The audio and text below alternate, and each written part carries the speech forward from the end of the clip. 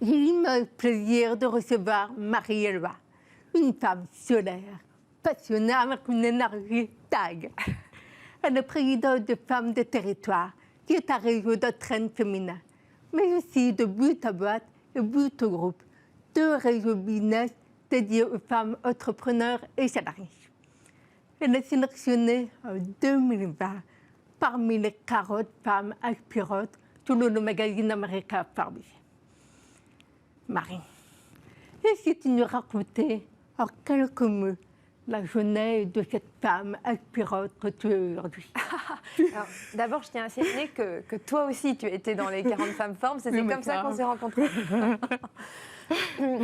Moi, ce qui m'anime, c'est la place des femmes et leur impact dans l'économie. Et du coup, moi, je connaissais rien à l'entrepreneuriat, rien au management. J'étais journaliste avant, à RFI, Radio France Internationale, donc j'ai beaucoup voyagé. Et à la naissance de mes enfants, j'ai voulu une école Montessori.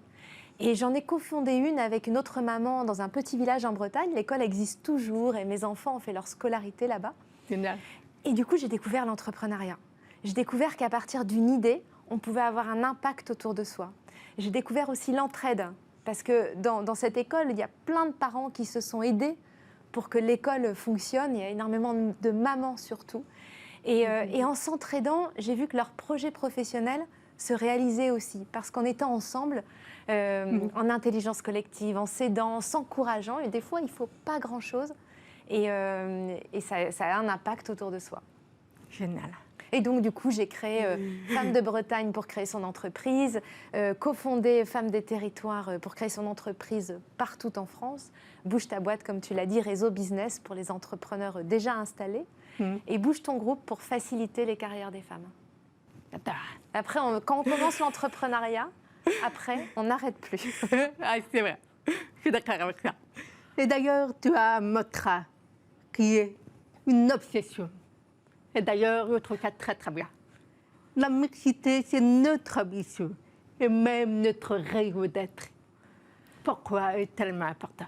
Parce que je ne comprends pas pourquoi il n'y a pas d'égalité. C'est quelque chose que je ne comprends pas. J'ai beau le prendre par tous les bouts, je ne comprends pas pourquoi il n'y a pas d'égalité. Pourquoi aujourd'hui, dans tous les postes de responsabilité, on ne dépasse jamais 20% de femmes, 80% d'hommes. Pourquoi dans l'entrepreneuriat, on a 14% de dirigeantes d'entreprise, au-delà de 10 salariés, 86% d'hommes? Pourquoi? C'est comme ça, c'est déséquilibré comme ça. Et on a besoin de toutes les forces vives pour trouver des solutions à notre société. Pardon, on ne peut plus continuer en s'appuyant seulement sur les femmes. On a vraiment besoin de... Pardon, je reprends avec vous. On ne peut plus continuer en s'appuyant uniquement sur les hommes. On a besoin des deux, les femmes et les hommes ensemble. Et donc la mixité, c'est pour moi la solution aussi à toutes les crises que nous vivons. C'est le préalable pour trouver des solutions. On ne peut pas continuer avec le même modèle. On a besoin des deux. Et c'est pour ça que tu pousses tellement les femmes à prendre leur place, à exister de manière publique. Pourquoi est tellement important quelque chose? Aujourd'hui, dans les personnalités les plus médiatisées en France, dans la catégorie patron, business, économie, on a 1% de femmes médiatisées, 99% d'hommes. Et en fait, nous les femmes, souvent on me dit oui, mais moi j'en ai pas besoin pour mon ego, il y a plus compétente que moi. Et en fait, ça donne, comme on se dit tout ça, ça donne 1% de femmes visibles. Et comment après, nous derrière, on peut s'identifier et se dire, ben, moi aussi je peux, c'est possible, quand on n'a pas de rôle modèle. En fait, c'est pas possible. Donc c'est d'intérêt général qu'on se rende visible, que quand on entreprend, on se rende visible, qu'on monte notre expertise. Parce que souvent aussi, nous les femmes, on est décrédibilisées dans notre expertise, dans notre rapport à la société et notamment à l'économie. Et plus on va montrer tout ce qu'on apporte, tout ce qu'on sait faire, plus ça va paraître une évidence qu'on a besoin des deux. Et qu'est-ce que ça veut dire décrédibiliser? Ça veut dire qu'on est sous-estimé, ça veut dire... D'accord. Sous-estimé, sous-valorisé, secondaire, bien sûr, c'est pas dit comme ça. Mais dans la réalité, c'est ça. Donc il faut montrer, nous, toute notre capacité, notre expertise. Alors on l'a, intrinsèquement. Moi, je rencontre que des femmes extraordinaires qui ont des projets, qui changent le monde. Sauf que ça n'est pas mis en avant, c'est pas assez visible. Et donc avec le réseau business Bouge ta boîte, vraiment on fait émerger des rôles modèles partout dans les territoires, on est dans 120 villes, pour vraiment faire en sorte que l'écosystème entrepreneurial soit mixte. D'accord. Et du coup, toi, puisque tu es un rôle modèle aujourd'hui, quels sont les ingrédients de ta réussite en tant que femme? Qu'est-ce qu'il nous manque à nous pour être comme toi, en fait? Comme toi, hein, c'est pareil. Ce qui compte, je pense, c'est d'être vraiment soi-même. Et souvent, quand les femmes entreprennent ou quand elles intraprennent au sein de leur entreprise, c'est parce qu'elles ont envie d'avoir un impact et du coup d'être alignées avec qui elles sont vraiment. Et quand on arrive à faire ça, quand on arrive à être vraiment soi-même en s'extrayant des codes existants, mais en suivant vraiment ses tripes, et ben c'est là où on est la plus puissante en fait. C'est là où ça résonne juste, on est aligné. Et c'est là où ça marche. Alors souvent dans l'entrepreneuriat, on se dit oui, mais tu comprends, on m'a dit de faire ci, d'être comme ça. Moi par exemple, quand j'ai entrepris, la première chose, je me suis acheté un costume noir. Mais en fait, c'est pas moi. Je pensais qu'être entrepreneur, il fallait être en noir avec un costume.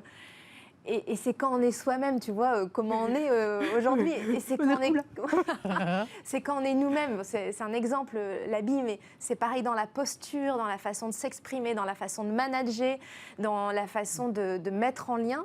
C'est en étant nous-mêmes qu'on est le plus puissant. Et comment on fait pour savoir être soi-même?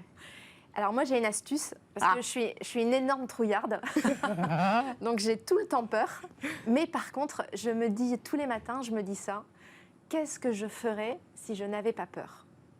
Et quand je me dis ça, je vous assure que ça ouvre le champ des possibles et qu'on est aligné. Parce que du coup on découvre des possibilités qui nous ressemblent et pas seulement celles qui existent, celles qu'on a vues et celles qui peuvent être finalement dans un moule. On peut ouvrir tout ça. Donc là, tu me parles de magie à Vargras, c'est ça? Et comment ça marche? Qu'est-ce que c'est la magie? Alors, il y a une citation que j'adore, c'est celle de Goethe, qui dit quoi que tu rêves d'entreprendre, commence-le, parce que l'audace a du pouvoir, du génie et de la magie. Et je t'assure que c'est vrai, et je sais que tu le sais.